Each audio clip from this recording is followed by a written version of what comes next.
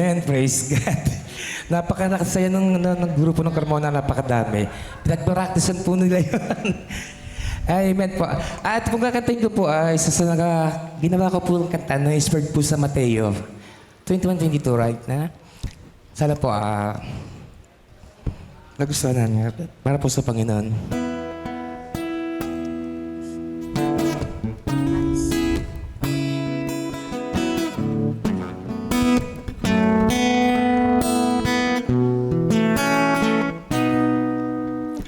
Kung ikaw ay laging naiinip, lagi mong naiisip, at ang lagi mong nararamdaman, ang panalangin mo'y hindi dinirinig. Lagi mong tatandaan na ang nais ng Diyos sa Kanya'y magtiwala buong puso at lubusan. Ano man ang iyong hingin sa inyong panalangin, ay inyong matatanggap kung maniniwala kayo sa Diyos na sa atin ay lumikha.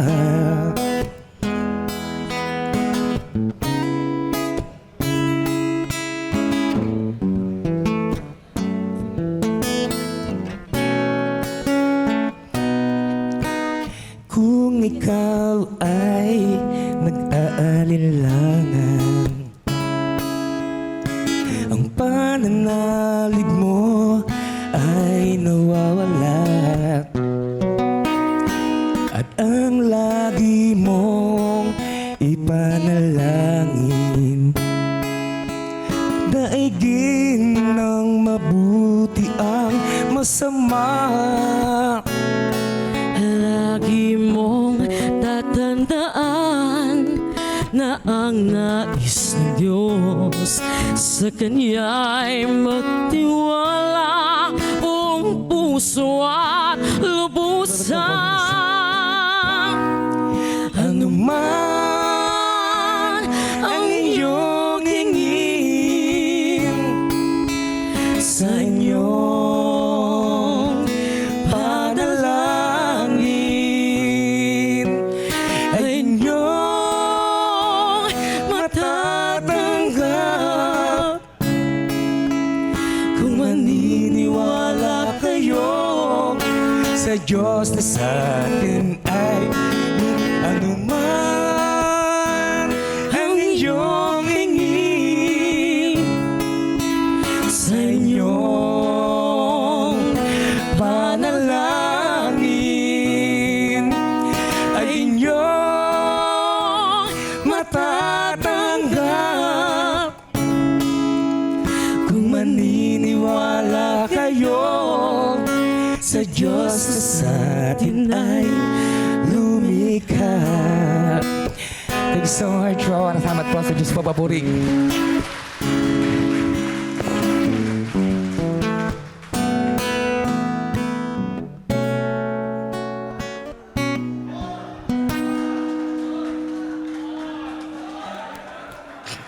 More daw po. Sige, sasamantalayin ko na po itong pagkakataon. Pakilala lang po ako. Ako po si Brother Damian. Na-miss ko itong lugar. Alam niyo po, dito ako nagsimula sa Casilia 2000. That was 2009 or 10. Mga ganyan. Kami po mga musician dito.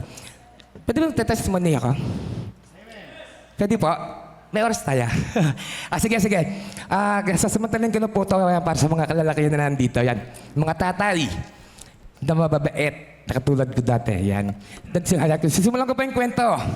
Nung magiging tatay na rin ako, ako po ay merong 4 na anak. Sa 4 na nanay, yun magkakaiba. Sabi po, pero hindi naman po totoo yun. Nagkakataon lang. Yan.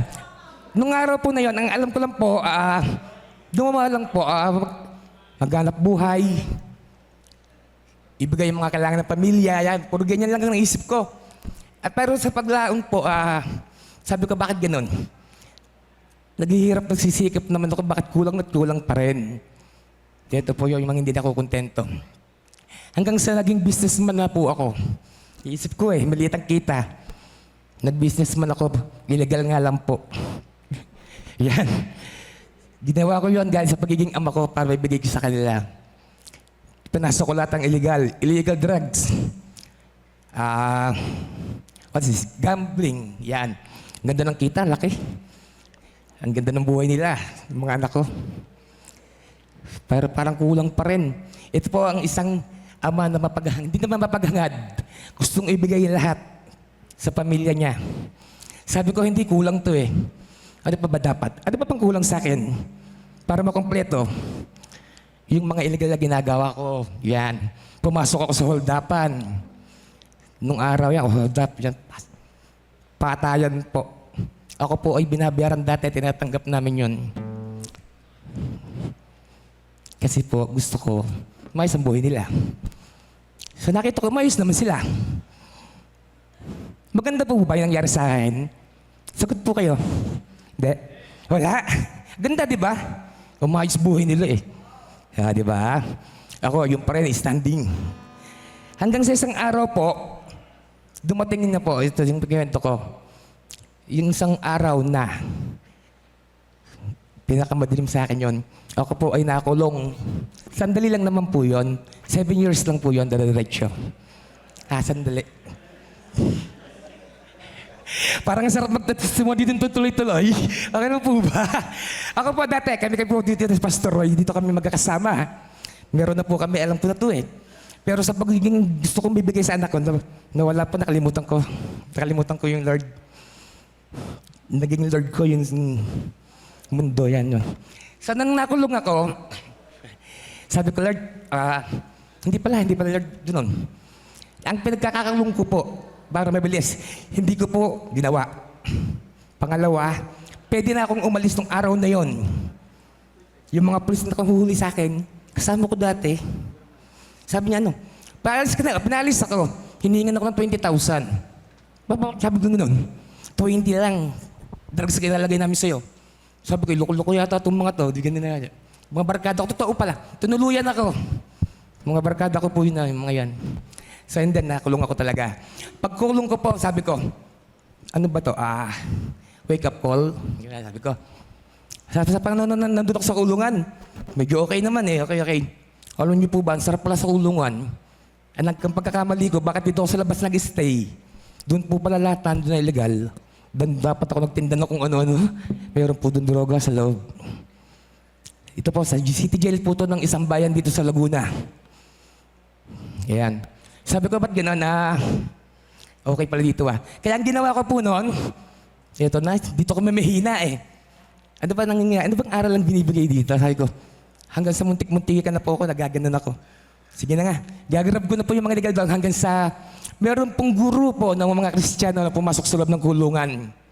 Yan po, isang church yan na nangaral sa mga preso. Nagbigay linaw. So ako po, isa ako sa naging interesado. Alam niyo po kung bakit. Uupo ka lang dyan sa harap na, bibigyan ka na lang kung ano-ano So isang preso po, napakalang bagay na sabon. Bibigyan ka 100 ba? Dito tayo, makinig tayo. Dito tayong pera. Yan. Ginamit po namin yon para po kami, magkaroon pera. Wala na mahirap dun Ako po, nung pala, ang dami ko pong kaibigan, ang dami kong kasama, even family. Pero nung ako'y nakulong, bakit ganun? Nanay ko, 7 years, mahal na mahal ako. Nakita ko sa loob ng kulungan 3 beses. Ako dinalaw. Meron po akong kinakasama nung panahon na yon. Siguro wala pang 1 year. May sawa na rin iba. Sa labas, dito na, sabi ko, ba't ganun? Sabi ko, talaga po totoo to. Papatayin ko po lahat yon, puting babae na yun, saka yung asawa niya. Sabi ko, sasandali ka lang. Hindi mo na ako binigyan ng... Sobrang hirap po nun. Hindi ko alam kung paano gagawin doon. Napakahirap po ng isang nakakulong. Lalo-lalo na po yung walang dumadalaw. Hanggang po yun sa mga grupo na Christian group, nakikinig na po ako. Hanggang sa patuloy po yung mga yon. Nung una pa gusto ko lang yung mga nabibigay nila. Pero at the end po, nagugustuhan ko na yung mga sinasabi nila, ng pangaral nila. Nagbasa po ako ng Bible. Tapos ko po siya 3 beses. Tapos nakita ko dun yung verse ng 1 Corinto 10:13, sabi niya, wala pang pagsubok na dumating sa buhay nyo ang hindi nararanasan ng ibang tao. Ha? Amen? Tuloy ako, nakalimutan ko. Pero anyway, tuloy nyo lang po yun. Sa 1 Corinto 10:13, nakita ko siya. Sabi, okay, sabi ko, ganun ba yun? So, ano ko yung pagsubok ng mga bagay na to, kayang-kaya ko to. Sa kulungan po, buti na lang, medyo marunong po ako makisama. Yung pong mga Christian church na yun, gumawa po ako ng grupo ng Interfaith. Po yun yung mga preso na marunong na magsalita siya at mangaral ng konti. So sabi ko, gawin natin. Naging pong mayor ako ng lugar na yon. So naging mayor ako, dapat gago ko. Di ba? Ganyan sa kulungan eh. Ginawa ko po yung pagiging mayor ko noon. Binatas ko sa loob yun buong brigada. Kung hindi ka makikinig ng Bible, maghuhugas ka ng plato. Yan ang gusto niyong gawin. Di ba? Doon na kami, makikinig lang kami, mayor. Kakad makikinig kayo. So ginawa ko po yun everyday. Araw-araw, magatapon. Regular. May dalaw. So parang sabi ko, Lord, ginagawa ko na yung mga, alam ko, gusto mo to. Patuloy na panahon po. 2 years na ako nakakulong. Nawala na ang kaso ko. Tapos na po. Sagot naman po kayo. Ano yung mangyayari sa akin? Pag wala na akong kaso, lalaya dapat, no? Dapat, totoo, talagang dapat. Wala ka na eh. Ba, 2 years. Sabi sa akin ng mga jailer doon, lalaya ka na. Yeah, totoo po. Alam ko, ginagawa ko, mga gawain pambaka-Diyos.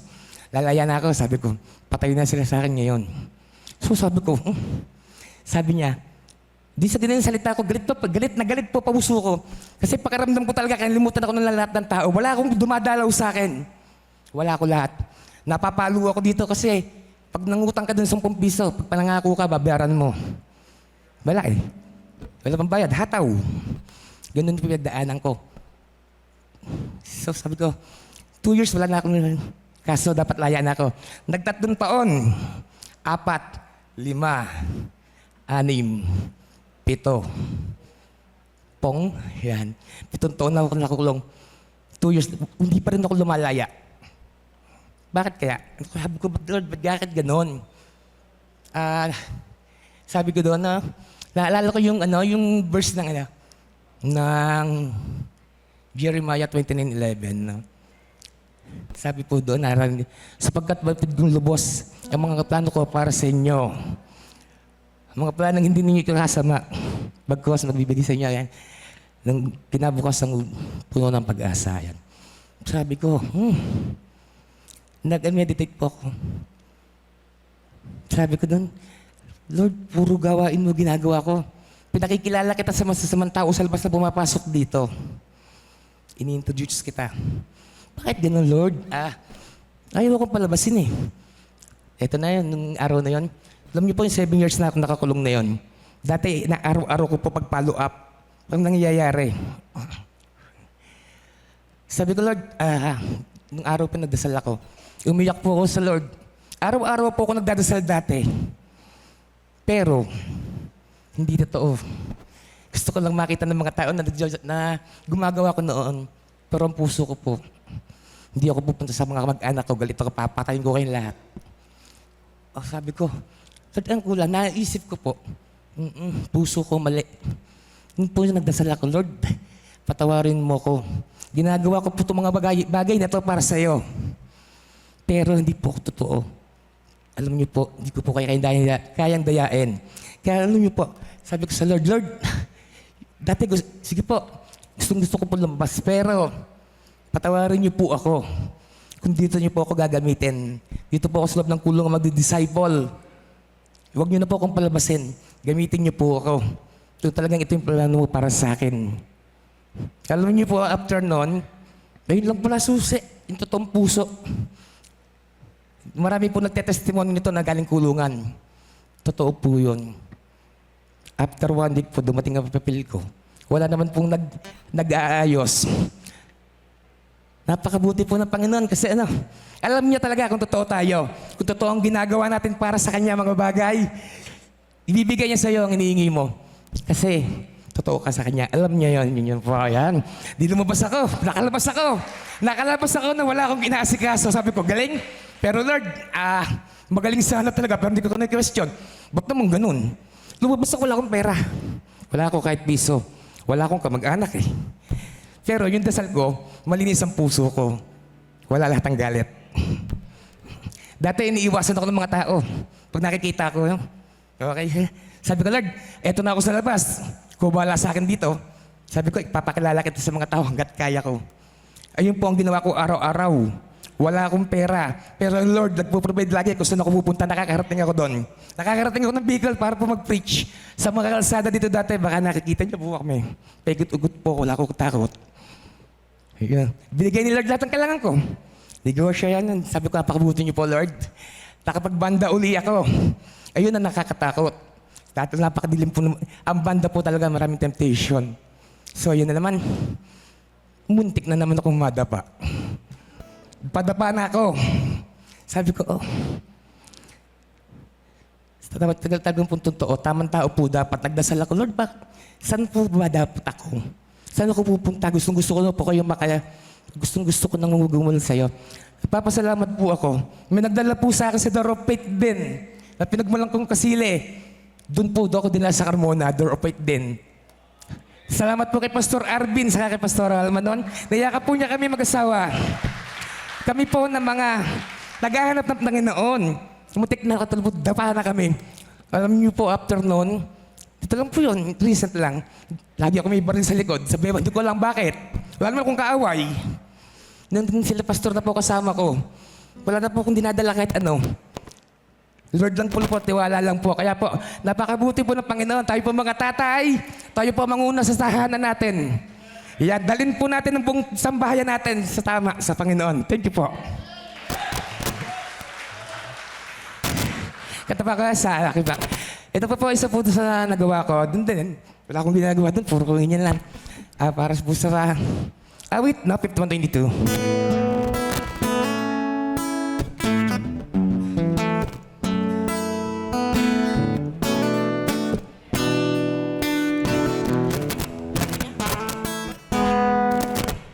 Ikaw ba ay napapagod? Nadaramay lungkot, minanang kasalanan, lagi mong pasan-pasan. Huwag kang panghihinaan ng pananampalataya. Lagi siyang nag-aabang upang ikaw ay tulungan. Siya ay laging kumakatok at hindi nagsasawa. Umaasang bubuksan mo pintuan ng iyong puso. Ilagak kay Yahweh ang iyong suliranin. Alayan ka at ipagtatanggol lagi. Sabihin ang iyong mga hinaing. Diringgin ng Diyos ang iyong mga panalangin. Meron ako nakalimutan, isa pa po. Ang prayer ko lang po sa Lord nung lumaya ako, yung 4 na anak ko pong United Nation, magkaisa-isa. Alam niyo po, binigay ni Lord, nagkakakilala po sila. Hindi sila magkakakilala eh. Salamat po, Lord. Napakabuti po ng Lord. Hindi po ako humingi ng asawa kasi alam ko, galing akong kulungan, wala na ako.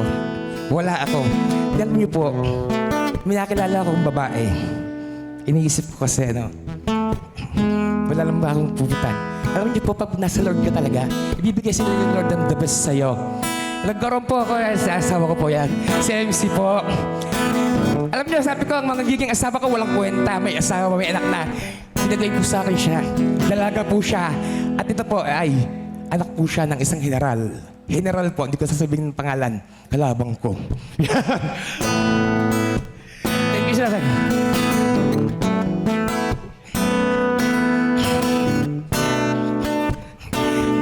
Ito pa para sa atin. Ito pa, sabayin natin yung lyrics. Kung nais mo ay gumaan, bigat ng kalooban, sugat ay maghihilom, sa Diyos ka aasa. Kung nais mong makahakbang, unahin magpatawad, damdamin ay labanan, upang ikaw ay tulungan. Siya ay laging kumakato at hindi nagsasawa, umaasang bubuksan mo pintuan ng iyong puso. Ilagak kay Yahweh ang iyong suliranin, aalalayan ka at ipagtatanggol lagi. Sabihin ang iyong mga hinaing, biringin ng Diyos ang iyong mga panalangin. Praise God. Pupunta magsama manalangin. Sumampalataya ka sa Diyos na sa'yo ay lumikha. Salamat po. Glory. Kabuyaw!